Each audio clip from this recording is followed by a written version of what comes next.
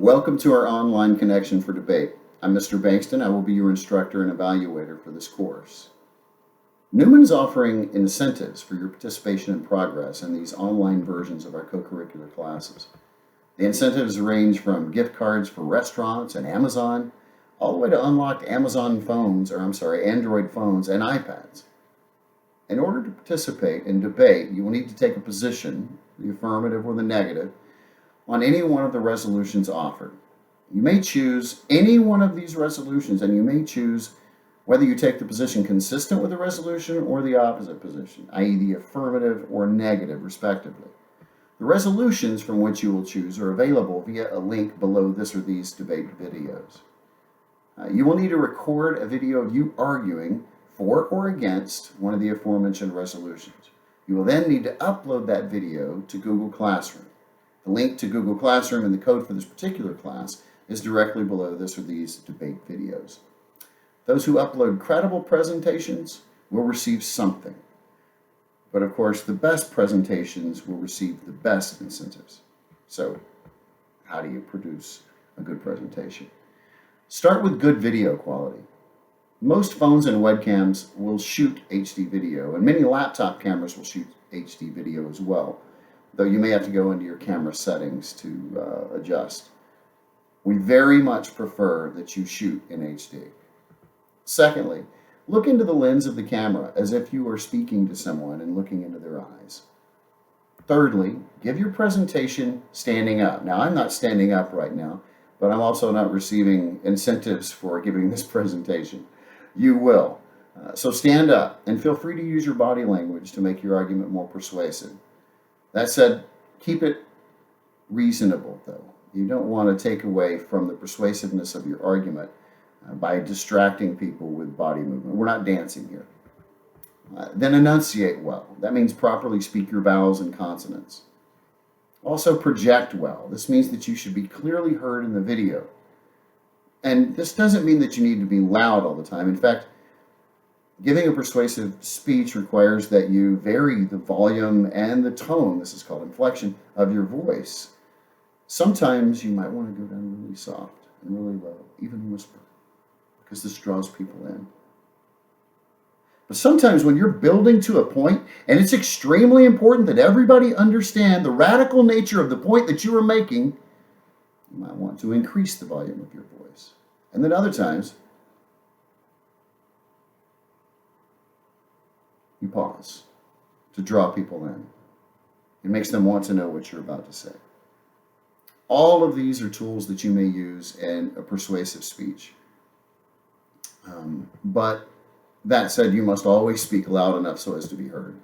Now, prior to giving your argument, you must begin by stating the following: your first name, your last name, your campus affiliation, your grade level in the past year, and lastly, whether you will be taking the affirmative or the negative position. So here's an example. John Smith, niche, 9th grade, I will be taking the affirmative position. Follow the RES format. I'll briefly describe this format for those who are not already familiar with it. It's an acronym that stands for Resolve, Evidence, and Summary, RES, RES. And just below this or these debate videos, you will find a link to that document, a document that will explain RES in detail. It's called Debate Basics. If you're not familiar with RES already, please download that document and read it thoroughly before you make your video. Not following that format will eliminate you from this competition. And with that, you've been given 4 resolutions. And in case you don't know what a resolution is, it's just a statement, kind of like a thesis statement. Let me give you an example. The use of uniforms in education benefits academic success. By the way, this is not one of the resolutions you'd be arguing, but if it were, you could argue as if you agreed with that statement or as if you disagreed. You would, in this case, begin by saying, resolve. The use of uniforms in education benefits academic success. Or you could say, resolve. The use of uniforms in education does not benefit academic success. And then you would offer evidence that proves the resolution. Of course, the evidence is the E in res. You just said resolve, your resolution.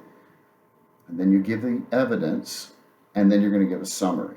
Now, the evidence, the best evidence, includes studies cited, as well as names and dates and statistics. Therefore, the best evidence requires research. However, evidence also includes logic and reason. For example, one might say, because students are in uniform, all dressed alike, clothing and style are less of a factor in the classroom. Consequently, students are less cliquish. They are less focused on social status and thus more focused on academics.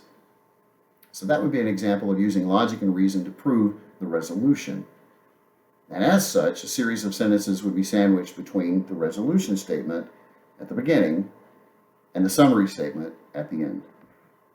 In the summary statement, you're just restating the resolution and including a summarized version of the evidence you offered. Now, that might look something like this. Therefore, given the many studies that have been done regarding the academic advantages of implementing school uniforms, as well as factors such as increased academic focus among students, one must conclude that school uniforms do, in fact, benefit academic success in a given institution. So what I've just delivered to you is a very short and simple argument for school uniforms broken down into its relevant parts. Resolve, evidence, and summary, RES, res. We will expect much more from you in this competition. Indeed, your presentation should be between 5 and 15 minutes. But please do not extend beyond 15 minutes. A good argument balances brevity with substance. This res format is the format for every paragraph in your argument and the argument as a whole. For more information on this, again, you will want to read the document titled Debate Basics. You'll find that link with the others just below this or these debate videos. Incidentally, if you learn to think and write and speak in this res format, you will become a far better thinker and communicator. Your entire academic career will improve. You will write a paper and get an A. Your college essay will stand out among other applicants. And when you apply for a job, you will get that job, even when competing with other better credentialed applicants. So don't just look at this as an exercise for now. See it as an endeavor to improve your life. Lastly, keep in mind that you are proving a case, making an argument, and doing so persuasively. This is very different from having a conversation with a friend. You need to sound as if you know the truth and are stating facts regarding matters that should readily be accepted by your audience. For that reason, do not speak of what you think or what you believe. Don't say I believe, don't say I think. Talk as if your argument is a matter of fact, not to be questioned by anyone. With that, I very much look forward to working with you for the next few weeks of the school year and over the summer.